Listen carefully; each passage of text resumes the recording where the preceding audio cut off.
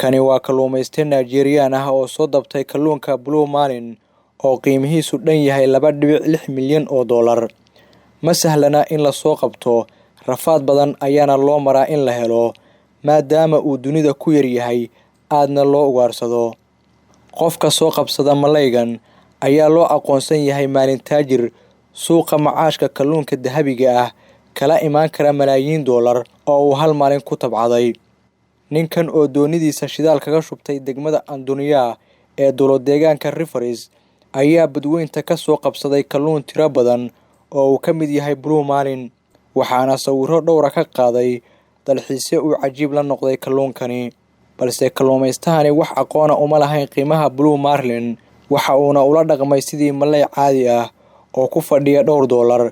Isaga, qoyskiisa iyo asxaabtiisa ayaana wada cunay.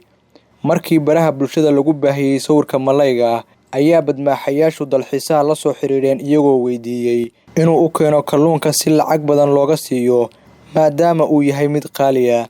Wuxuu se ogaaday in habeen ka hor qoys sabool ahi ay ku casheeyeen. Sheekadan ayaa noqotay mid baraha bulshada looga kaftamo, iyadoo dadka Afrikaanka ah lagu dacaayadeeyay inaysan wax aragti ah ka haysan kheyraadka badda ceegaaga.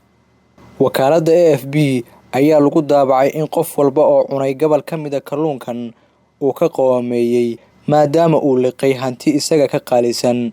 Kalluunkan looguma talagelin in la cuno, waxaana jirkiisa ka buuxa xaddi mercury ah, sun iyo daawo aad loo qiimeeyo. Kaluumaysatada biyaha caalamiga ah ayaa ka gooba badaha Atlantiga iyo Pacifiga oo ah meelaha laga heli karo kalluunkan. Qofka hela oo aan ka faa'iideysan ayaa lagu tilmaamaa nasiib laawe aan weligii guureysan doonin. Waad ku mahadsan tahay daawashada warbixintan. Like saar oo ku xirnow bogga Maxamed Muuse Tarsan, siina faafi muuqaalkan si uu u gaaro saaxiibada.